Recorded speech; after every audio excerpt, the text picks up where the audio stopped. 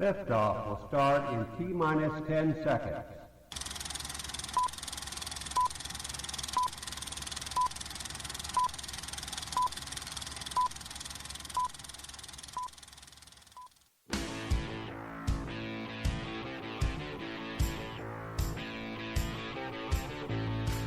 Hey everybody, this is Evan and John, and you're listening to the Boomer and X Show.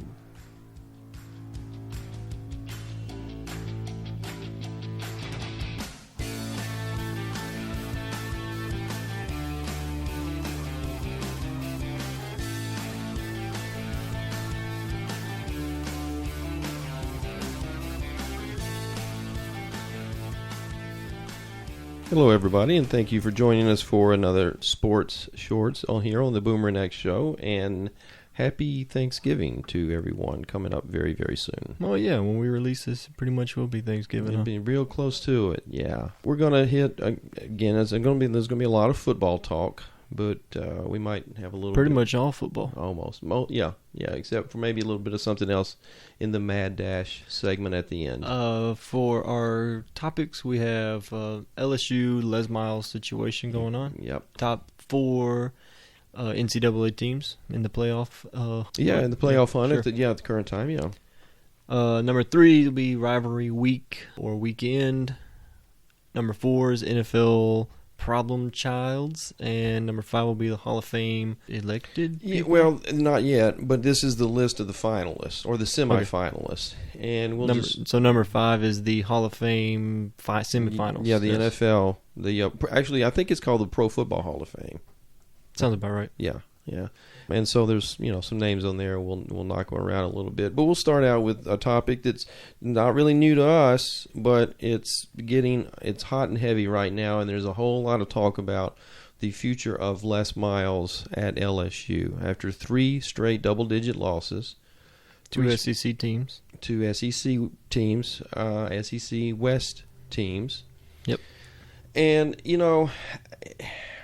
one thing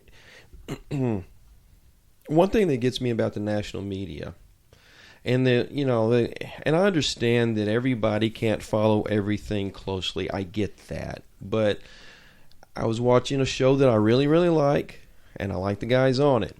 But one of them, you hear but he's 110. He's 110 wins and 32 losses, and he's got a national championship under his belt. Yeah. And what in the world is LSU thinking by this? Well, first of all, let me address the national championship from 2007. I don't know what program would haul out a trophy onto the side of the field every week for 8 years and say, look at our beautiful trophy. We never, ever, ever have to play for one again. So I don't want to hear that he won a national championship in 2007. It's like saying once you win a national championship, you can never be fired. Yeah. Because you did that one thing whenever. Then why not just close the program? Yeah. We won, so we never have to play again. So that's the dumbest argument I've ever heard. 110 and 32. Sounds good, but when you start looking at over the past several years, in 2011, this is the year they ran the whole thing until they met Alabama in the national championship game. They were 8-0 in the SEC. In 2012, they were 6-2. In 2013, they were 5-3. In 2014, they were 4-4. And this year, they're 4-3, and it's 0 for November so far, with 1 game remaining. And they'll probably lose that one because I tell you what, they looked about as discombobulated as an 8th grade team on Saturday playing Ole Miss. So this is the first time since 1999 that they lost 3 straight in a row.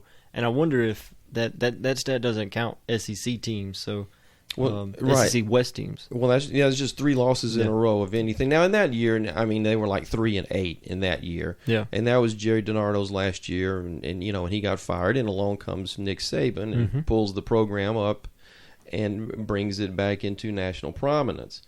Evan, do you think LSU should be happy with Miles? Or do you think it's legitimate that all of this talk is happening and a search is in all likelihood going on? Yeah, I think if you just take the name off of the plate and think and look at what's being done and what's going on, yeah, any sane person would look at the stats that's being put out and the team, the talent that's on the field and what's happening, and would fire whatever coach that is. See, and I think you hit on something real big: the talent that's on the field. That he got there. He got there, and we've always given him credit for bringing good talent on board, but he's not maximizing it. He's not. I don't think he schemes well. I don't believe he and the staff make good in-game adjustments. I don't believe they're making good adjustments during the season, because I think there's a reason why you're going for November, but you went perfect for September. I've seen an ex-LSU player put out something saying that he would, Les Miles would squander some of the OC's calls and kind of trump them. I did, yes. That came out today. Now, it's an anonymous, allegedly anonymous player, and so, but all of what we're seeing is that it makes sense with what has been a dysfunctional offense for a long, long, long time, and you'll even occasionally hear an announcer say, and I've heard this on more than once, watching NFL games, Jeremy Hill, Odell Beckham Jr., and Jarvis Landry. How did LSU not win? Not only did LSU not win a national championship while they were there, it was nowhere close. Yeah, nowhere close. So I believe it's time for a change. Now, while I say that, I will say this: you got to get the right person. I thought you were going to say something about the buyout. No. $15 million. You've got to get the right person. You can't just go out and you don't want to put someone who doesn't plan on being there for a long time. Well, they need to. Here's where I think it's going to come from. I think it's going to come from a somewhat of a second level school, and by that I just mean not a traditional power, because the name Jimbo Fisher's getting kicked around. He's at Florida State. To me, a lateral move doesn't make sense. I think more than likely it'll be someone who's already there. I think. You think it's going to be someone on the current staff? Yeah. Here, let me give you a name. Current head coach at North Carolina. He's got them at 10-1 right now. Larry Fedora. He was at Southern Miss. He had them a very, very, very respectable team. When he left there to go to North Carolina, that program went in the crapper. He took over a North Carolina program that was on probation and now has them at 10-1 this year. To me, it's going to be now North Carolina. Is his name being tossed around by me? By you? I've never heard it. I hadn't heard it brought up by anybody else. But to me, that's where you go. You go for someone like that. Well, he's in the region, so he's used to recruiting the Southern U.S. That's one thing. Good. He has head coaching experience, and he's also got assistant coach experience in the SEC. Yeah. He's got head coaching experience, not in the SEC, but in the part of the country that he will be recruiting most heavily. I think it's someone like that, because football will always be secondary to basketball at North Carolina. That's true. So if he wants to go somewhere where he's going to be able to bring in more talent and compete for national championships, I think it's somebody like that. Rivalry week. Well, first of all, let's also hit on the upcoming the new poll. The new top four is out, and it's Oklahoma, Iowa, Clemson, and Alabama. After both Oklahoma State and Ohio State got their first losses of the year. Now, I thought Ohio State would get a loss. I thought it would be this coming week against Michigan, and we'll talk about that in our next little bit with the rivalries. The Ohio State running back, he went off afterwards. It was mostly on social media, right? No, he did a little press conference. Yeah, I think he did. Ezekiel Elliott, and he was very, very vocal and critical immediately after the game about his lack of carries, the way he didn't like the game was called from an offensive standpoint, and I got and they won 23 in a row, and I heard that and I thought, oh my God. What if I couldn't even imagine an LSU player getting up in front of a microphone and saying that about some of the hideous offensive game plans we've witnessed out of LSU over the past 4 years. So I thought he was way out of line, but then Urban Meyer comes along and says, I don't like the way he did it. I don't like where he did it, but he had a lot of valid criticisms. I didn't like the game plan myself. This is what I'm about to say, and really all I had when I saw that, all I thought was one thing. Was he justified in what he said? Yes. Should he have? No. I agree. Simply put, I agree. That's my thought on the situation. So now that Ohio State is out of the top 4, do you think if they happen to beat Michigan, they get back in? Yeah, they'll limp back in. I think so. Oklahoma is in, and they have a big game coming up against Oklahoma State. What's that one? That's Bedlam. Bedlam, yeah. Yeah, that is Bedlam.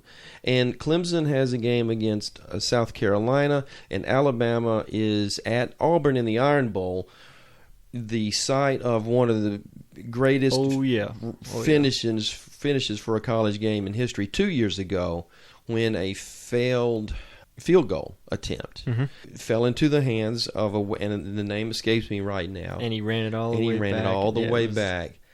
And not only that, but Auburn came from behind pretty good too. It wasn't like it was a 7-point game and that happened. Right. It was yes. And so they crushed. That's why I love Rivalry Week. It is. Yeah. It is. Yes. Absolutely. So, of the top 4 that are currently, I mean, if they all win out, they're in. Oklahoma has Oklahoma State at Oklahoma State coming up. Iowa plays Nebraska, and then we'll have to play. And you said this. We haven't talked about Iowa at all. At all. We haven't mentioned them at all. They're only undefeated right now. And Clemson. Oh, that's true. And Clemson. So Iowa plays at Nebraska, and we'll have a Big Ten championship game to play still yet. Clemson plays South Carolina, and we'll have an ACC championship game to play. Alabama plays Auburn in the Iron Bowl and has an SEC championship game to play against Florida. Of the 4 that are currently there, who is your lock to win out and make it, and who do you think is most vulnerable to losing? I'm going to say Alabama is most vulnerable to losing. Because of next week and then Florida. Florida, okay. Yeah. Next week being the Auburn. Well, no, this week. This coming weekend, yeah. This week being the Auburn game and Florida. Right. And I say Clemson is most likely going to go all the way. So, certainly South Carolina doesn't pose much of a threat. Definitely not. You wouldn't think so. Of course, we've said before that would rival. God, it's a hard word to. There's even a commercial on right now highlighting how hard it is to say that word. But I think I agree with you. I believe because Clemson, I just can't see any. I think they've gotten through the toughest part of what they had to do with playing Florida State, and Alabama has 2 left. Oklahoma at Oklahoma State. That's tough. Definitely. That's tough. What I'm kind of looking at is Ohio State's going to get back into this top 4, taking Alabama's place. Okay. And that's going to be the Oklahoma-Ohio State matchup that I want to see. Okay. I want to see that. And Iowa and I guess Clemson will be. I agree with you. I do like Clemson. And since about 5 weeks into the year, they've been my number 1. Okay, yeah. Yeah, Clemson. Yeah, and they were kind of my number 2 until they played, 2 weeks ago against Florida State 2 or 3 weeks ago. And they pretty much proved they deserve to be where they're at. They were firing on all cylinders. Everything looked great, so they definitely deserve to be on this top 4. When a couple of weeks ago I wasn't saying that. So now coming into Thanksgiving weekend, which is Rivalry Weekend in college football, not all of the best rivalries are played this weekend, but a lot of them are. So let's go down a list real quick. Army-Navy, which is not this weekend, but is coming up the next weekend. When other conferences are having their conference championship games, I think Army-Navy also happens. That say the whatever, like Bedlam. Oh yeah, when I know it, I'll say it. What's the Army-Navy one? Is that the? It has a name, but military? It's the Commander-in-Chief trophy, I think. But then I think that also involves which Army, Navy, and Air Force. Which one had the best of the... There's a Commander-in-Chief trophy, and I'm not sure if it's just for the winner of this game or if it's which one of the service academies had the best record. But this year, Army's like 2-9, and Navy is a legitimate top 15 team. Yeah. You got to figure Navy's got this. Yeah, I do figure that. And pretty much every time they meet up, Navy wins, so... Number 2 on this list, and coming up this weekend, Alabama-Auburn in the Iron Bowl. It is at Auburn. It's too much of a coin flip for me to call it. As much as we say anything can happen, man, Alabama is really, really rolling. And so I'm going to go with Bama on that one. Michigan, Ohio State is what's listed number 3 on this. I'm gonna keep dancing with the one that brought me all year. I'm going to say Michigan. Ohio State at Michigan. Yes. Right? I think Ohio State's going to win. I think they're going to make enough changes and to fix what they did wrong last week, and rivalry weekend, like we always say, throw the stat book out. And so you think that that the fact that they sort of had a little lovers' quarrel, a little internal, they seem like thing. A team overall that when they get beat, they very quickly recover and get better doing it. And I think coming off of that, they're going to make sure that they win this one. All right. Well, I'll go with Michigan. Oklahoma, Texas has already been played, and Texas shocked them and handed them their only loss. USC, Notre Dame has already happened. Georgia, Florida has already happened. What do you mean already happened? Already been played this year. Oh, so the rematch it? No. Yeah. Miami, Florida State, that's been played this year. Harvard and Yale, that may be coming up, but I haven't looked at the 1AA schools. I couldn't tell you for sure. Got Texas A&M at LSU. Yeah. That is a decent rivalry game. Yeah, I will say this because we already talked about LSU. I have a hard time seeing them pulling it together. Yeah, I think winning. they're just kind of done. I think so too. So if that happens, they're 0 for November.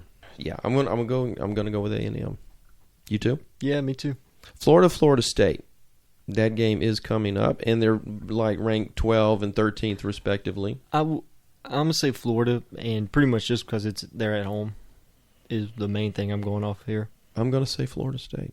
We got Baylor at TCU.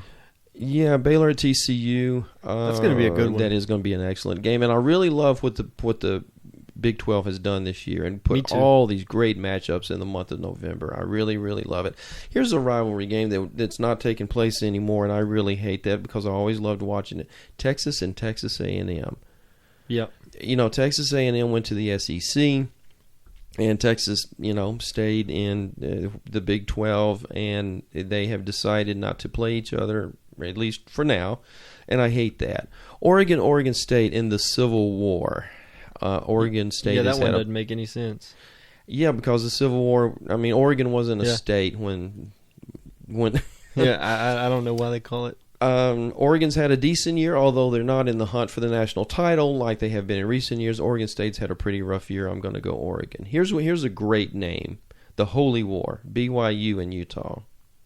Yeah, I guess Utah has a big religious. Is that a big religious school? Well, certainly. I mean, BYU is obviously a Mormon school, but I guess Utah is too, or maybe it's just the fact that it's in a state that's has a lot of Mormons. Is known. It's. I guess Utah is known for its religion more than any other single state because it's a Mormon state. Yeah. Clemson, South Carolina.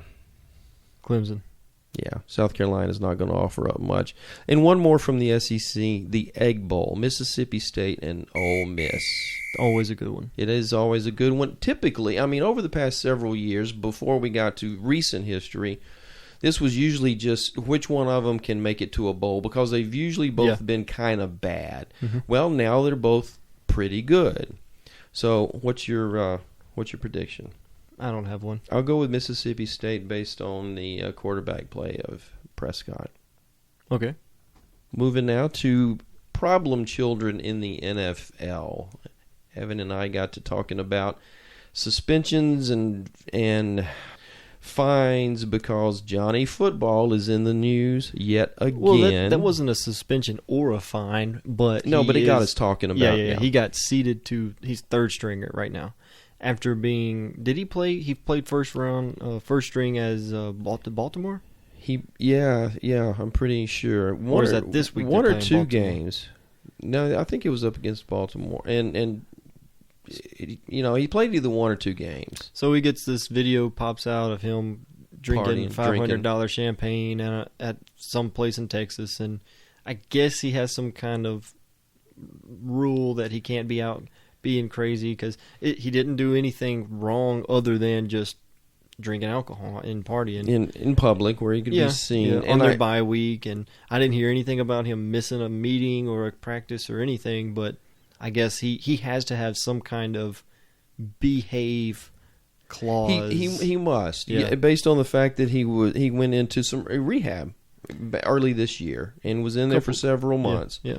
And so there must be something now that's a part of his agreement where he can't do this. He can't publicly go out and consume alcohol, apparently, and evidently he doesn't care. No, and I don't know. I mean, look, if I played football for the Cleveland Browns, I'd probably be an alcoholic too.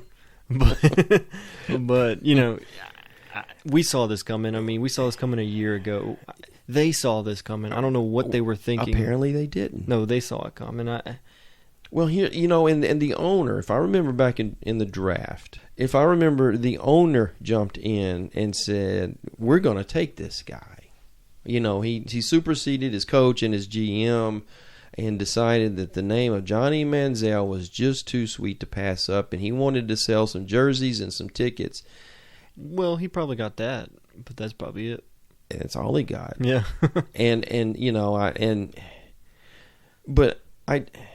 This is why they're the Cleveland Browns. Yep. This is why they're the Cleveland Browns. This is like the third straight quarterback they've taken in the first round. I believe all of them were with the 22nd pick, and none of them have worked out. And I find it amazing that someone with so much money and so much power can continuously make such horrible decisions. LaRon Landry. This is one on my all-time idiot list. He's an LSU grad. Yep. And had a good NFL career. But about a year or year and a half ago, decided while, in the midst of his working out, to take plaster pictures of himself, hulked up like Lou Ferrigno or Arnold Schwarzenegger. And, you've got pictures all over the internet of someone that obviously has achieved a level of PED intake. Yes, yes. I mean, why? Why? And what is he? He ends up getting indefinite suspension. Yeah. And he's been around a while, so I can't believe that he's going to come back. If he is, he's not. No. Another name I've seen. He's at Oakland now. Oakland, yeah. And Alden Smith. This dude, he might win some kind of appeal or something and get to play. But as of right now, he's sitting out 16 games without pay. $2.26 million. Yeah, for his and he's coming up. I mean, the guy's coming up. He's 26 years old, coming up on a renegotiation. It's just stupid. You're stupid. For his role in a DUI, a hit and run, and vandalism issues. He was a busy little boy in August. And I believe he's got some substance abuse stuff in there too. Does he? I believe so. Violating the league's substance abuse policy is the most, as I look down through this list, most common. And does it seem like to you that some are penalized more than the others? Well, certainly some of these fines yeah, are much larger. That, to me, without looking into each individual case, multiple occurrences, tells me that we're dealing with someone that's got multiple occurrences. The fifth time, I believe, is a year long without pay. The fifth time. So 5 strikes and you're out. Not out, just a year without pay. Out for the year. Yeah. Man, life is tough in the NFL. Yeah, for real.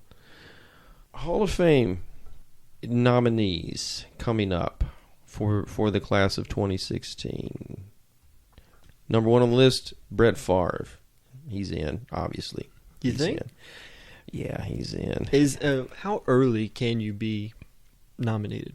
Because he's probably one. 5 years. I think he's probably 5 years. Yeah. Is the soonest you can be, unless you're now you can be nominated as a coach and still be coaching. Really? Yes. Yeah. In fact, the coach that was the Steelers defensive coordinator forever, and his name is escaping me right now. He's almost 80 years old, and he's been in the NFL the Pro Football Hall of Fame for years. Dick LeBeau. Yeah. Dick LeBeau has been in as a player and a coach, so you can be coaching and still go in. And I believe if you die, you can get in without the 5-year waiting period. So there's something. Tony Dungy is being nominated. Do we say nominated? Yeah. Yeah. So you're nominated. He was, I think, the first black coach to ever win a Super Bowl. Well, he and Lovie Smith got there at the same time. Lovie Smith was the first Super Bowl, first coach to be in a Super Bowl. But they were there at the same time. Technically, Lovie Smith was there first because they won their game first. But okay. yes, they were both the first black coaches in the Super Bowl, and Dungy was the first one to win. Yeah. So is Dungy in? Now you were a big Indianapolis Colts fan because of Manning. Yep. So Dungy's your guy. Dungy's in, and probably because of Manning. Yeah. And another guy because of Manning, Marvin Harrison. Yes. Not saying the guy could catch anything, but Peyton Manning was putting them there catchable every time for him, and I believe he is going into the Hall of Fame because of Peyton Manning. Well, what's amazing is Marvin Harrison in the league from 1996 to 2008, and the whole time with one team. Mm-hmm. That's very, very rare. Well, if you're doing your thing, you're getting it done, and you got that quarterback throwing to you, why go anywhere else? Terrell Owens, no Lombardi Trophy. He's 6th all time in receptions with 1,078. Is he in? I don't know. I mean, just the guy's character alone makes me want to say no, but I don't think that's a thing. I don't think that's something that can keep you out, is it? I don't think it is either. Is he playing in like arena football right now somewhere or something? I don't think he's doing. I don't think he's anywhere. Yeah. He kept trying to make it. He comebacks. Canadian football or something. Nobody was. I wonder why. Nobody was interested. Speaking of wanting to keep somebody out on character, would you want to put someone in on character, or would it help sway your vote? And I'm talking about one of the nominees, Kurt Warner. Put someone in for character. Well, not put them in for character. I mean, they're going to go in on what they did. But if you were voting, if you liked the guy, would that sway you to maybe? Yeah. Okay. Yeah. All right.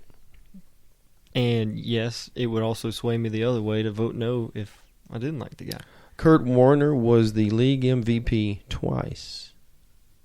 And even though he had some lean years in the middle of his career where he was hurt a lot, he almost had 2 different careers.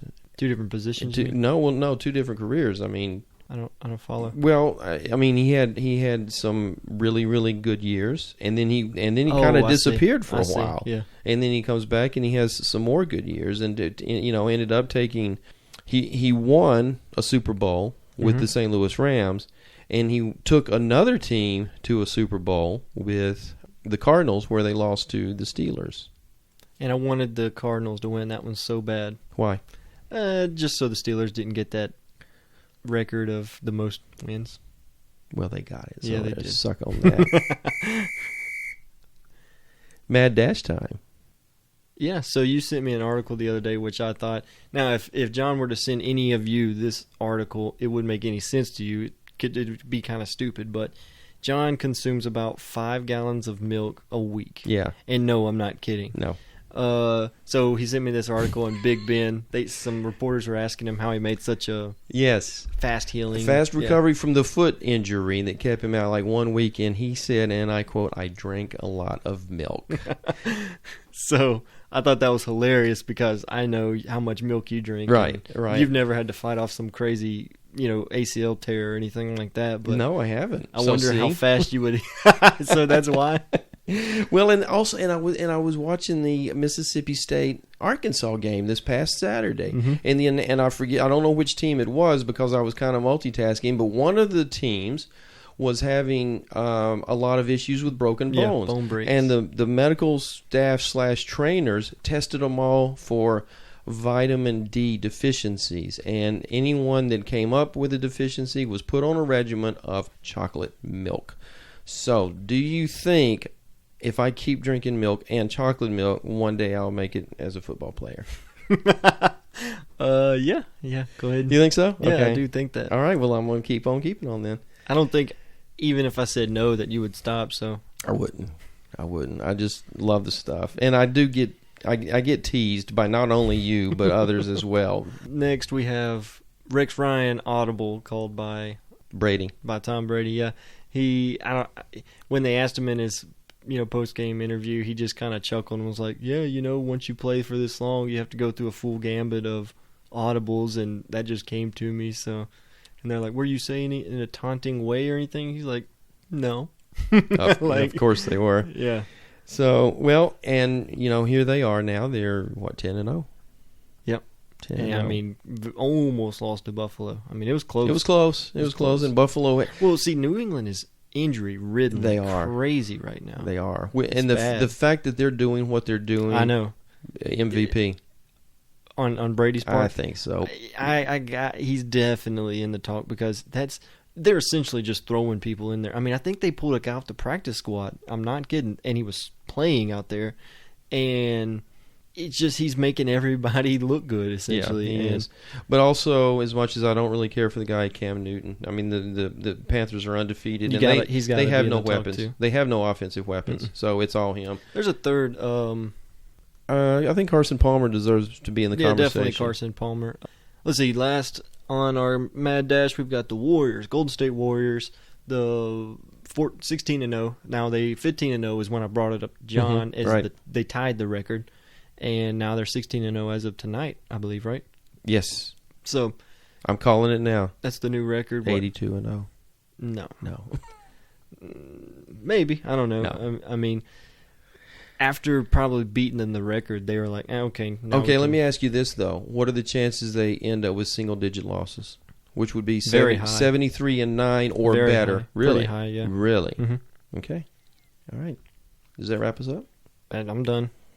If you want to contact us, you can go to our website, theboomerandeggshow.com, and check us out. We got some recent episodes on there, some of our, what we've heard of our most popular episodes. And we're on Twitter at Boomer and X Show. If you don't want to go to our website or Twitter, you can always email us at theboomerandxshow@yahoo.com. And that about wraps it up for me, John. I got no more words. I ran out of words about 35 seconds ago, with the exception of this. Happy Thanksgiving, everybody. Happy Thanksgiving, y'all, and enjoy watching all that awesome football.